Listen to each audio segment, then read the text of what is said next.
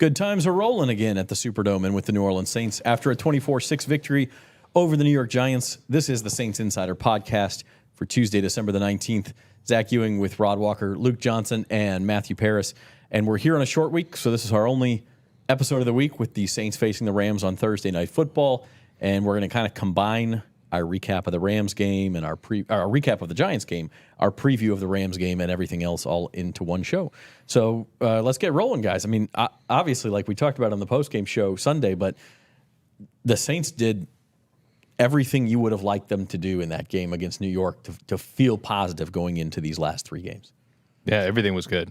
Groupie made a 50-yard field goal. I thought the coverage teams did a pretty nice job on Headley's stuff. Obviously, the defense was spectacular. That was as good as we've seen those guys play since early in the season when they were really on a roll. 7 sacks, none of us saw that coming. I would have thought if they would have held them to 6 points, it would have been like a couple turnovers or something like that. And then, obviously Derek Carr was fantastic. It was easily his best game as a Saints quarterback. 82% completion percentage. They were trying to take deep shots. They weren't there, so they were really efficient in the passing game. I just thought that's the team that a lot of us expected to see this year, at least on a more regular basis, instead of this is probably like only the second time we've seen them play like up to their potential this year. So, yeah, I was really impressed. It was good to see a team do that in week 15 or whatever it was. Yeah, I almost feel like the team themselves was a little surprised they hadn't seen that sooner, Rod. Like there was almost confusion as well as frustration in this team. Like how come we can't put it together? And then they finally did yesterday. Yeah, I mean, it was much needed. This team's back kind of against the wall as far as playoffs. They really need to win these games down the stretch. We had talked about the Carolina game and the Giants game, how, those are 2 winnable games in this 3-game home stretch, and they needed to win it. So to see them finally come out and take care of business was really good for this team to be able to do. Just to sort of segue, I mean, what we'll be talking about later, Matt, it sets up kind of a furious finish here. I mean, we've got a true playoff race on our hands, and not just, we'll talk about the division race in a minute, but not just like who can back into the NFC South Championship, but the Saints now have an opportunity to go and get a playoff spot, and it could be a division, it could be a wild card. I mean, it's all right in front of them. Yeah, you look around kind of the NFL, the wild card, like the last wild card spot, is not only going to be up for grabs. Those other teams right now, they're really going through it. Seattle, Geno Smith is hurt. Who knows if we're recording before the Monday night game? Who knows if he plays? The Vikings, they benched Josh Dobbs and went to Nick Mullins. It seems like that last spot in particular is wide open. And, the Saints have a real opportunity here, not just for the division, but I don't think any of us would be surprised if they were the 7th seed. No, I mean, none of those teams are demonstrably better than the Saints. Now, whether they play better the last 3 weeks and grab the spot, I don't know. But Matt brings up a good point. We are recording this on Monday, so we got some Christmas travel, and some of these guys are going to, in fact, there's the 3 of you guys going to L.A. for the Rams game on Wednesday, so we're trying to get it out of the way. So you're watching this Tuesday or Wednesday, but we are recording Monday. So having said that, we're going to go into some injuries, and we don't have concrete updates for you at this juncture. But we can tell you Michael Thomas and Marshawn Lattimore are eligible to come off of IR this week for the first time. I think, in general, we would be surprised if they did. I mean, you're talking about these guys maybe would get one practice before going into that game. Yeah, well, not only that, I think I would be surprised if they're ready. It's not even, to me, it's like a can they practice and get back up to speed in time? It's are they even ready to go? They could have opened up the window for those guys last week if they were really, wanted to get them practicing and ready to play.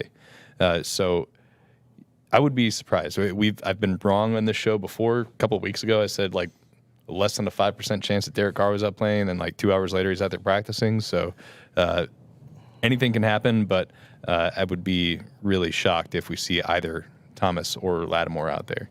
I do think, though, that I'm expecting Chris Olave to play on Thursday. That's the other big one. Yeah. Look, they had a great game without him yesterday, or Ryan Ramczyk. He's another one we're going to keep an eye on. But he's obviously a huge part of what they do, and I think they're going to have to score some points this week. So I think he'll be ready to go. It's not a certain thing yet. He was a game-time decision on Sunday, and Dennis Allen said after that that decision was slightly impacted by the fact that they're turning around and playing on a short week. So the guess on my end is that he'll be ready and available on Thursday. So that's a good thing. I mean, they were able to play without those two, without Olave and Ramczyk. You kind of still a win, if you want to look at it that way. And then you probably do have them for Thursday night. So I think that was a good decision by the Saints. Yeah, and just to kind of add to the rosy picture from yesterday, it was one of those rare NFL games where, outside of Lonnie Johnson, who's a depth piece defensive back, suffered what looked to be a pretty serious injury, but that was it. The Saints came out of that game as healthy as you'll ever see a team come out of an NFL game. Yeah, I mean, the guy we haven't mentioned, too, is Peyton Turner. Could be turning around and actually play. He's been on injured reserve since, I think, week 1 with a toe injury. And, the pass rush now looks pretty competent and having, 7 sacks. But if you throw him into the mix, I know he hasn't been the most productive guy throughout his career, but he's a former first-round pick. And it would be a good thing for him to just have him in the mix at least. Yeah, well, I think, you start talking about, who comes off the field. If he comes on, you're taking like Kyle Phillips off, who is, right. I think there's a big gap between Peyton Turner and Kyle Phillips there. So definitely help. Who knows? I don't think anybody's expecting Peyton Turner to go out and have a 3-sack game. But it's definitely, even if you're just able to get a little bit more pressure on this Rams offense and get Matthew Stafford off his spot and not give him the time to find these explosive playmakers that he has, it's a huge thing to add into your little pile of chips there at the end of the year. Yeah, I mean, I think generally as well as yesterday went, if there's any hesitation or reservation with saying, hey, the Saints are where they need to be, it's the fact that we've said that a couple times. They started 2-0, and it looked like they were off and flying. They played really well in Indianapolis and thought they'd figure that out. And then right after that is when they played some of their worst football of the season. So just generally speaking, as we spin this forward to Thursday and beyond, going to have to see it, number one, against a better team than Carolina or New York, but number two, just on a consistent basis. No, they have to prove it. I mean, let's look at who their wins have come against. Tennessee is no good. Carolina, they've beaten twice, no good. They beat Indy, which is probably their best win of the season. Absolutely. But New England is in the mix for number 1 pick. I mean, they've feasted on this really bad schedule. But every time they've had to go up against a team that is, a competitive team or a team that's really in the mix right now, they haven't gotten it done. So if they're going to make it, now's the time to prove you can do it. The Rams are a good football team. They have the same record as the Saints, but man, they have some studs on that team. Yeah. Got a really good coach. If they can beat the Rams, I will have a lot more confidence in what this team is right now and what it can be, both in the near short-term future and thinking about a little bit beyond this season. You get a little bit more confidence in what they have here. But they've got to beat a good team at some point this year if they're going to make anything out of it. If they beat the Rams, I mean, that all of a sudden becomes your best win to me on a short week on the road. I think that jumps to the top of the list of best wins. They beat Indianapolis, who's 8-6. That's a good, yeah. And that was fine. But that was, again, with their backup quarterback. And Indy's played pretty well with Gardner Minshew, better than I would have anticipated. But this would be a win that you couldn't, like a naysayer could not make any excuses for. The Rams are at full strength. They're playing well. They're at home. And they have stakes. Yeah, it's an important game for both teams. They're in the wild card mix as well. And really, it's the Saints' last chance to make a statement. Not that really matters at this time of the year. At this time of the year, you just win and get in. But no one is going to raise an eyebrow if they beat Tampa Bay and Atlanta, win the division. Oh, it was a bad division. You didn't beat anybody. This is their last chance to kind of make that statement.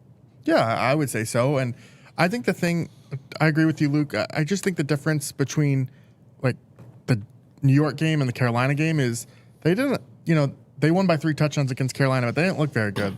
They looked like the team that, a lot of us expected going into the season. And I think that's the difference for me of why. I don't know. We'll preview the matchup here, but I give the Saints more of a chance against the Rams than maybe I did.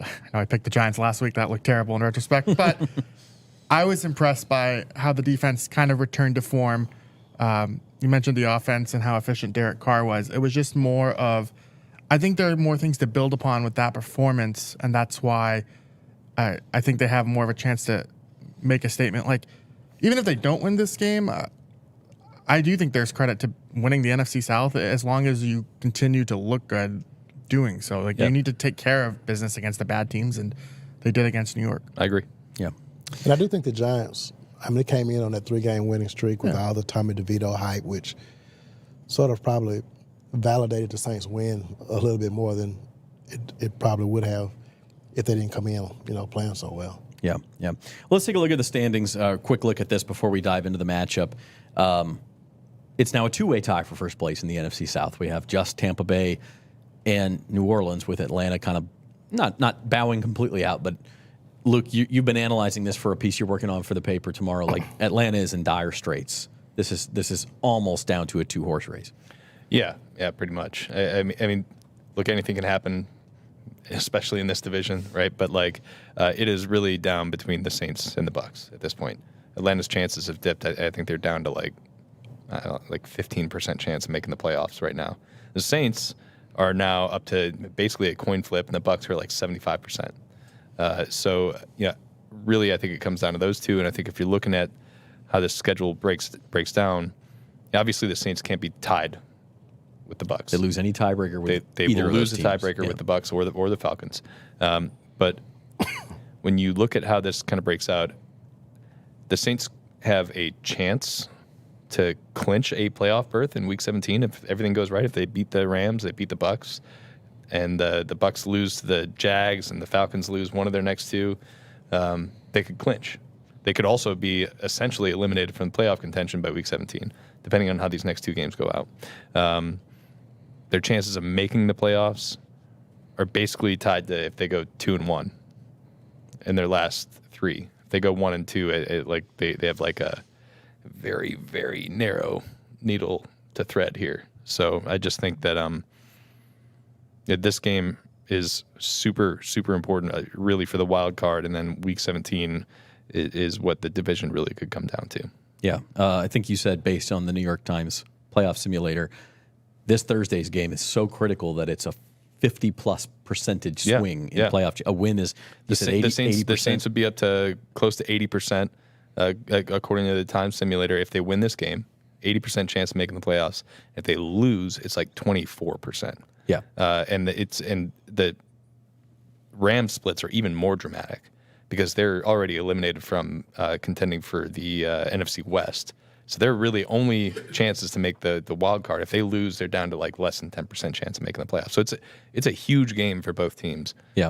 And if the Saints lose, their wild card chances are on life support. They would almost have to win the division to get in, most likely. And in order to do that, if they lose, you need Tampa Bay to lose to someone besides the Saints. They either need to lose to Jacksonville on Sunday, which, by the way, Trevor Lawrence is in concussion protocol for Jacksonville, or you need him to lose to Carolina in Week 18. So it just crystallizes, Rod, like this trip. We were afraid the NFL and Amazon would choose to flex this game out of Thursday night. That they ended up with one of the biggest games of the season as far as playoff odds.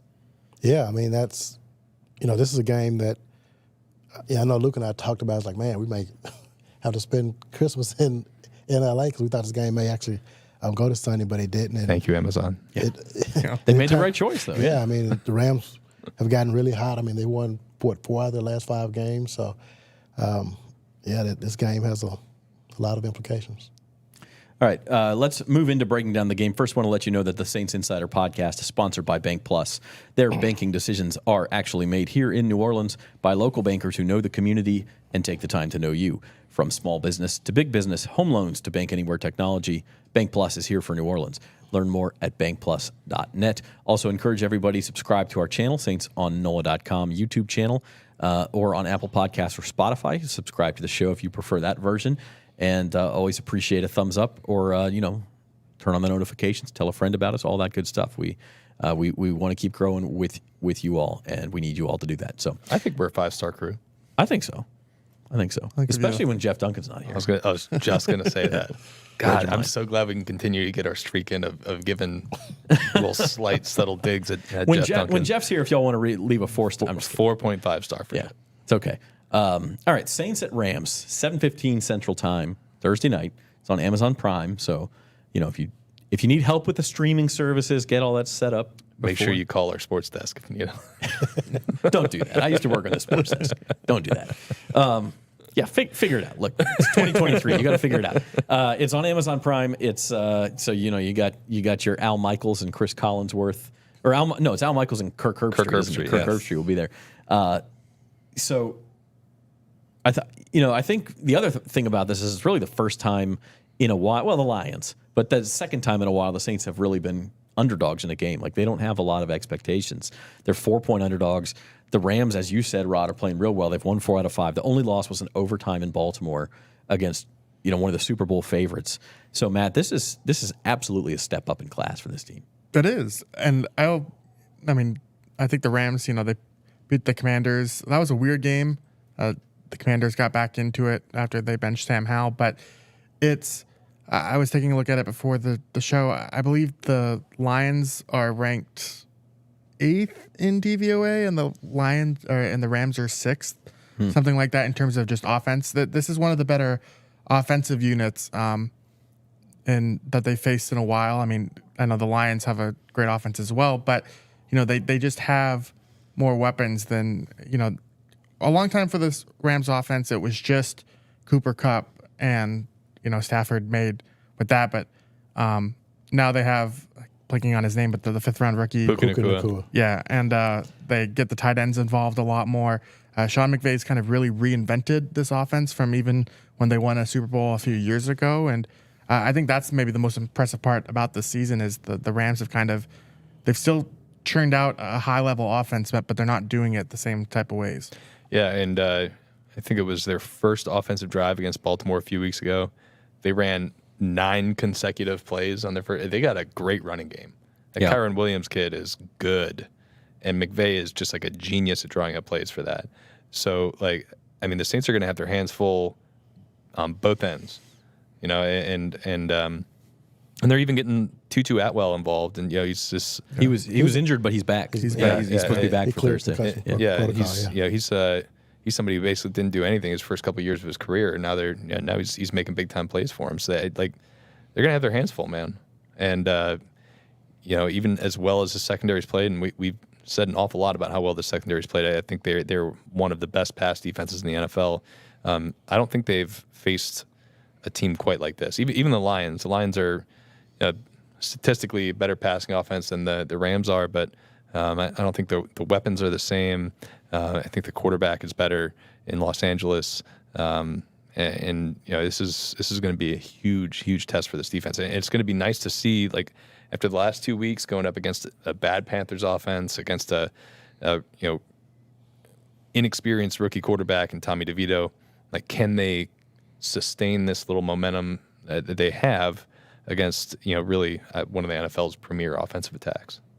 Yeah, I was talking to Colin Saunders after the game, and he mentioned how they were able to kind of trick DeVito by kind of shifting the defensive fronts pre-snap, kind of at the last second to trick DeVito. But he said he's like, we can't do that next week against Stafford. That whole game plan we designed for them, we're gonna just have to throw that out because he's seen every trick in the book. So I thought it was a really great game plan from New Orleans, but that's not going to apply to Stafford and the Rams. Matt Stafford laughs at your deception efforts. I don't know. We'll start the breakdown where we usually do Saints Insider game breakdown when the Saints have the ball. So let's start there. And you mentioned Derek Carr playing so well last week, and I think it's not totally fair to do this, but if you take out the games that Derek played after the games in which he left injured, and you could make this argument that he shouldn't have been playing in these games maybe, but it's the Tampa Bay game, the first one, the Atlanta game after the bye, and then the Carolina game after he was hurt against Detroit. 3 worst games of the year. If you take those out, Carr's numbers, which we have on the screen right now, 16 touchdowns, 7 picks, over 3,000 yards, 92 rating, I think. His season would actually start to look pretty good. Now you can't do that. You don't get to take anybody's 3 worst games out. But he kind of has that built-in excuse of when he's been healthy, he's been pretty good. Yeah, he's been solid. And I think he's for the most part played within the offense. I think there's frustration sometimes when he does take what's there, and he takes what is there a lot. And I think the difference is when he's doing it in rhythm versus when he's doing it as kind of like a option of last resort. I think he was much more in rhythm in this last game. I think that's why the whole thing, just as a whole, looked, I don't know, seamless. It looked like the way it's supposed to look, right? No, it didn't look jumbled or he wasn't running around like a chicken with his head cut off. Everything kind of worked kind of in concert for this last game. So yeah. To your point, I think he's probably taken more criticism than he's deserved this year, but it's still, it hasn't been as good as it was Sunday all year either. So like, it was only his 14th game as a Saints quarterback. Let's see if that kind of starts something here, and see if he can finish this season strong and maybe change the way a lot of people think about him as a Saints quarterback. I think it's certainly possible, but yeah, I think priority number one is keeping him upright because. You don't want to have another Tampa or Carolina or Atlanta. No, that could really torpedo the season at this point. I mean, I think they're going to need that Derek Carr from the Giants game against the Rams, Rod. Yeah, to me, the biggest difference obviously has been the red zone numbers these past 3 weeks. I mean, are they 9 out of 10? 9 for 10. 9 of 10, yeah. I mean, that was just such a big problem for this team. And now that they supposed to have that fixed, I mean, if they can continue that trend and score, obviously Jimmy Graham is all of a sudden – it's like, it's like they remember that they signed this guy, and he's been effective in the red zone. So I mean, if they can continue doing that, I think this team can continue doing what we saw yesterday. What do you do with Aaron Donald? And that, like, seriously, you talk about keeping him upright. Aaron Donald can muck up a game plan as well as any defensive lineman in the league. He can, and the way they use him too. Just that interior. Like, I had a coach tell me once that like the reason why interior pressure or interior blocking has become so important is to stop guys like Aaron Donald, just because they've been able to wreck the games and interior pressure in the NFL has become so important now. And he's kind of he's like the prime example of that. For me, I just think it goes back to, you mentioned the red zone, but also, Luke, you wrote about it too, is just the way that they've been able to spread the ball around. Now, part of that is Chris Olave wasn't there, so you kind of had to, but it just seems like they're really getting guys like, Keith Kirkwood scored his first touchdown in 5 years, but I think that was kind of a great example of, they're putting Jimmy Graham in the red zone. Graham diverts attention. Kirkwood was saying afterwards that when they ran that practice in play all week, the nickel cornerback was kind of picking him up the whole time. He wasn't really open, but the Giants, just kind of screwed that up. They averted attention to Graham, and he was wide open. So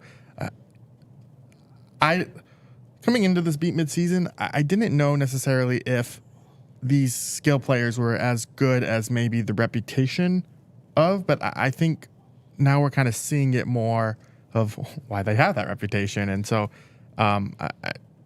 Carr's done a really nice job of finding them, and then also Pete Carmichael getting them open. The Juwan Johnson play was a really nice play design. And Aaron Donald is an incredible player, but like the Rams, I think their defense is 21st gettable. in DVOA, I think. Yeah. Secondary is in shambles a lot of the time. That's how the Commanders got back in that game. It's not impossible against. It's not like the Rams defense they faced in 19 when Drew got hurt.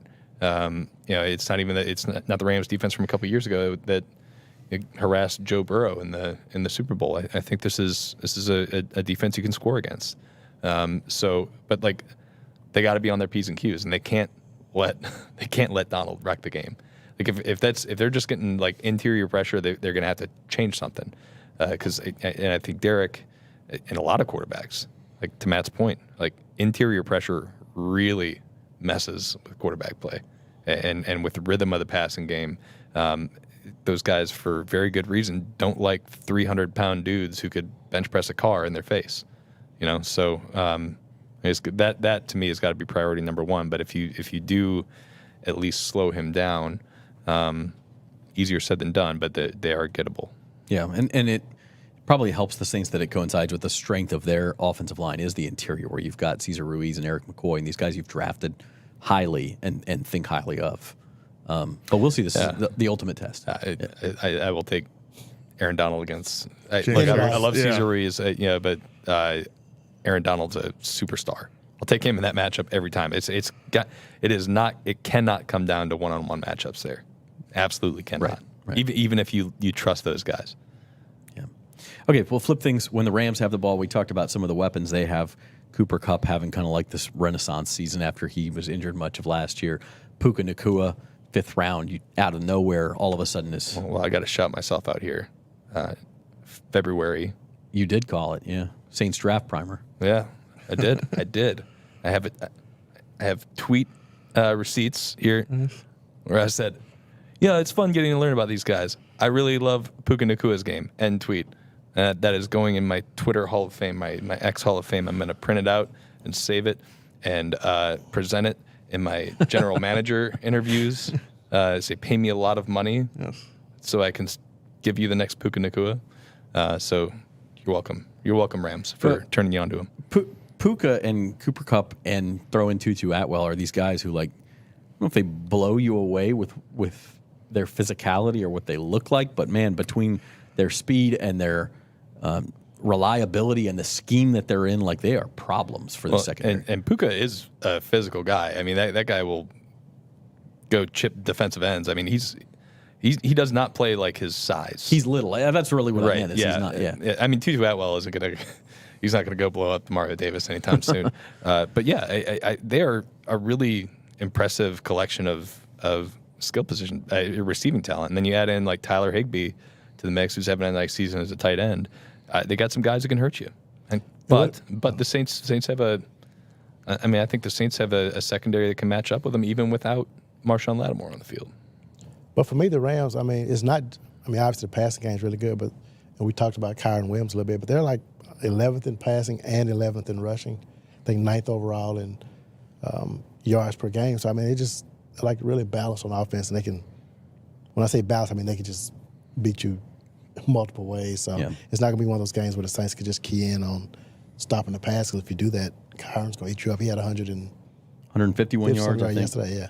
And they're going to need to rely on their veterans in this because, I mean, that's the whole thing with Sean McVay is like all the window dressing, all the stuff designed to confuse you. They're going to need to have like the really disciplined eyes in this game and rely on guys like DeMario getting the players in the right spots. That's going to be huge in this game. It's all made to look really fancy and crazy at the line of scrimmage, but everything's simple play calls. I do think preparing for that on a short week makes it even harder. I mean, it just makes this going to make this game more challenging. Could be a problem, yeah. And they have played the Rams quite a bit in the last few years, so that helps that some of these guys have seen them.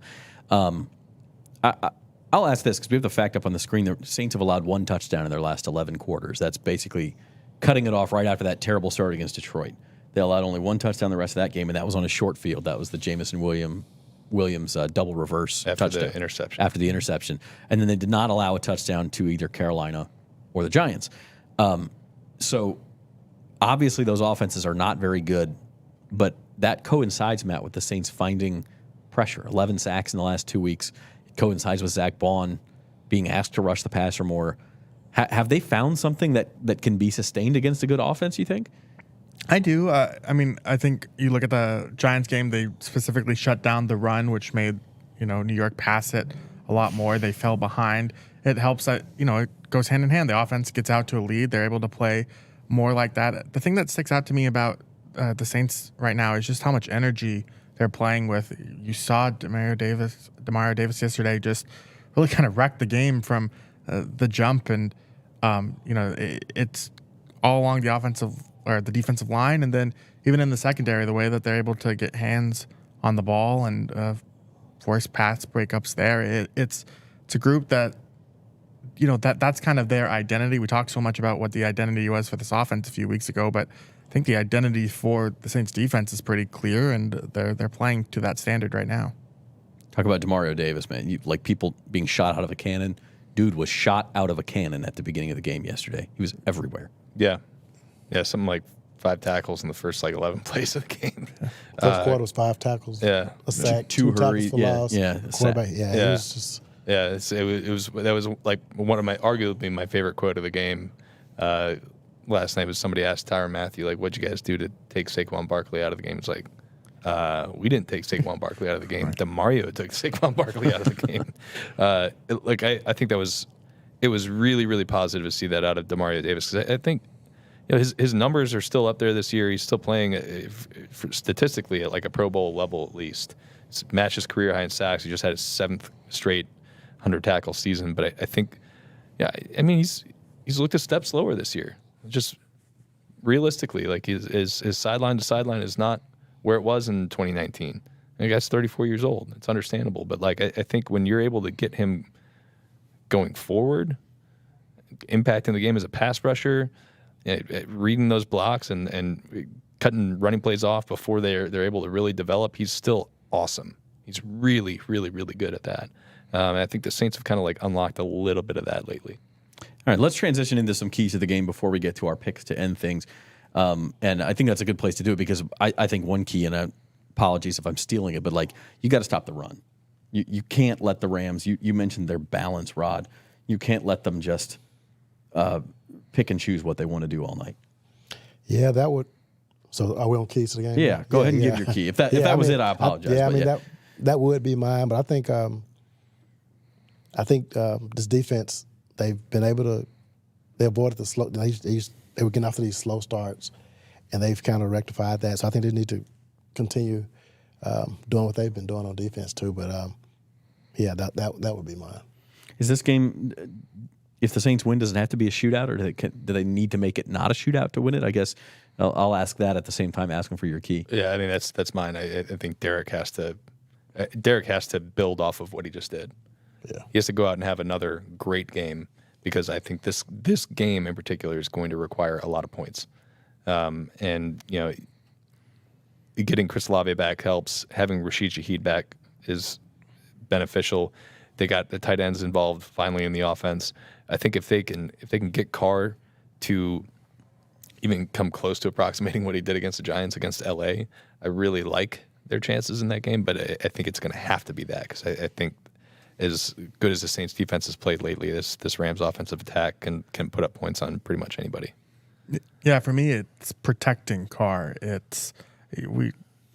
So many people like after the game yesterday mentioned the offensive line and the job they did. I think he's been sacked twice in the last 2 weeks. He only had one against Carolina. It was only once yesterday. And the one yesterday was Jamal Williams. Right. Yeah. And I think they were both on blitzes, come to think of it. They weren't just the offensive line getting beat. And it wasn't like a missed protection. They just got beat on the play. There wasn't any, it wasn't on Carr, for instance, not handling that responsibility. So, he just looks so much more comfortable with time. The splits are crazy. It's also kind of, I mentioned this before in the show, but when blitzed, he's fine. Like the numbers are still pretty good. It's when there's actual pressure on the play where he has to kind of scramble and move around, his accuracy takes a huge hit. So, it's pretty simple every game, but protect your quarterback, and they've done that lately, and you're more effective that way. Absolutely.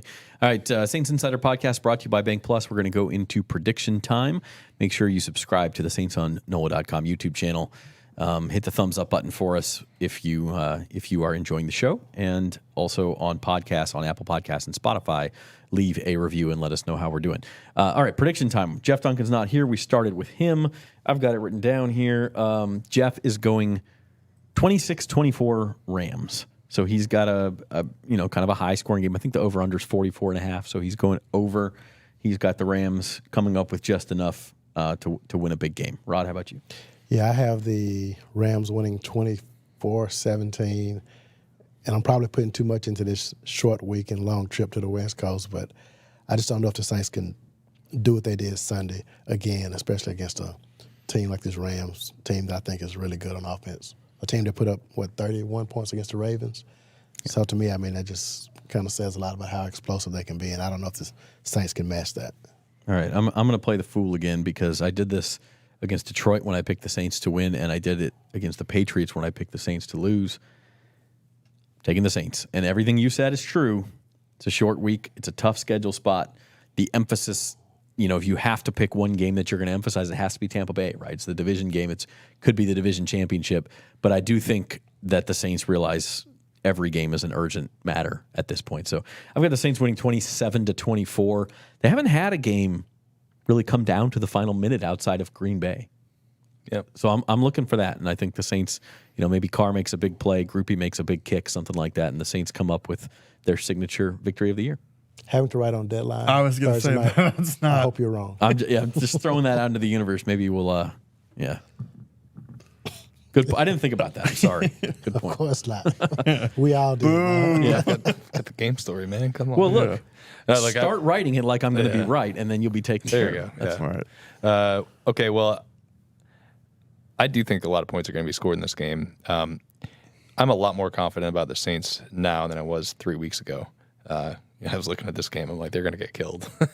I wouldn't be surprised if they won this game, but I still I need to see it, and this is something that, I feel like I've said that over and over and over again this year. But I need to see them beat one of the class members of the NFC, and I know they have the same record, right? But the Rams, I think, have been a more impressive team than the Saints this year.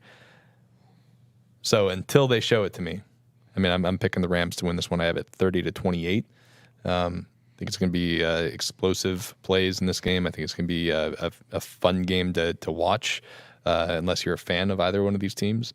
And I just don't. I got to see the Saints get it done before I can really trust them in this type of game.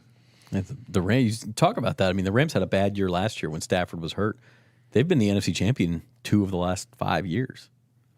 Don't egg me for saying that. I mean, but factually, it's true that they have been in the Super Bowl twice in the past 5 years. So I think it's an NFC elite member, at least as close as you can get to it. Yeah, I mean, I was just talking about this year.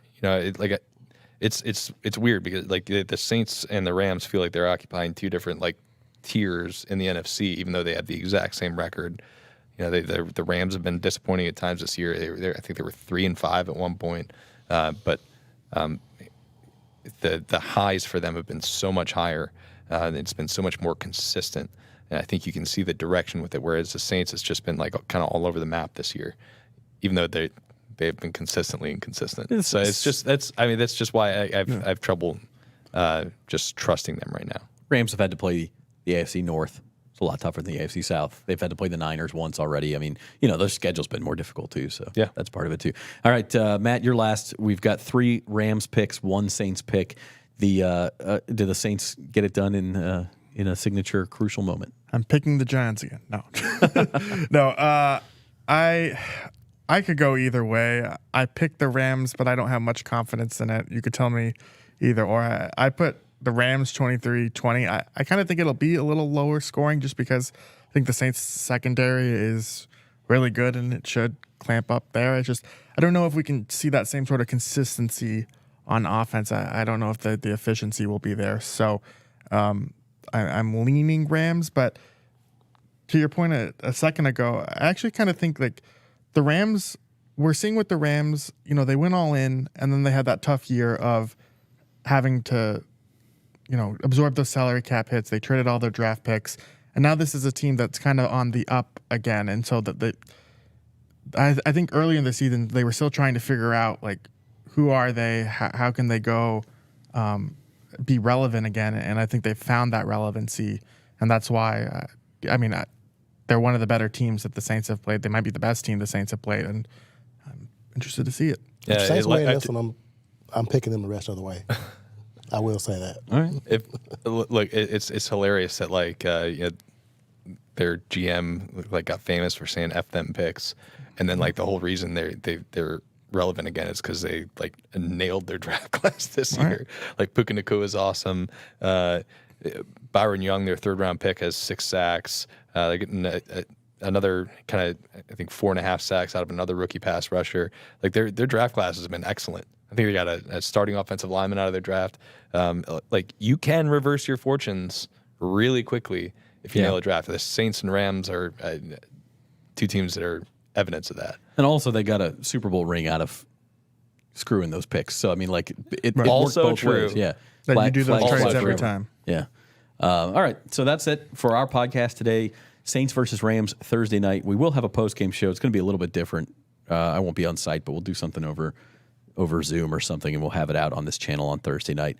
And then we hope y'all have a Merry Christmas, and we'll be back next week to talk about Saints Rams and the playoff picture and preview Saints Bucks. Wait. I've asked all the Saints players, so I'm asking y'all, Number one Christmas movie, rapid fire. Man, It's not rapid. that's not rapid. I'm probably gonna say The Preacher's Wife with Whitney Houston and Wow. Denzel. Deep cut. I think love it's it. Denzel, yeah. I love it. Okay. Okay, manly pick is Die Hard. Non-manly pick is Love Actually. Two really solid options. I'm going National Lampoon's Christmas Vacation. Also solid. I'll go Christmas Story. Love her. Can't go wrong with a Christmas Story. Yeah. All right. So, look, I love the fact that there's no consensus. On that note, we triple dog dare you to tune into the post-game show on Thursday night. So for Rod Walker, Luke Johnson, Matthew Paris, I'm Zach Ewing. Norm Bell's behind the camera. We appreciate him, and we appreciate each and every one of you. This has been the Saints Insider podcast brought to you by Bank Plus. We'll see you next time.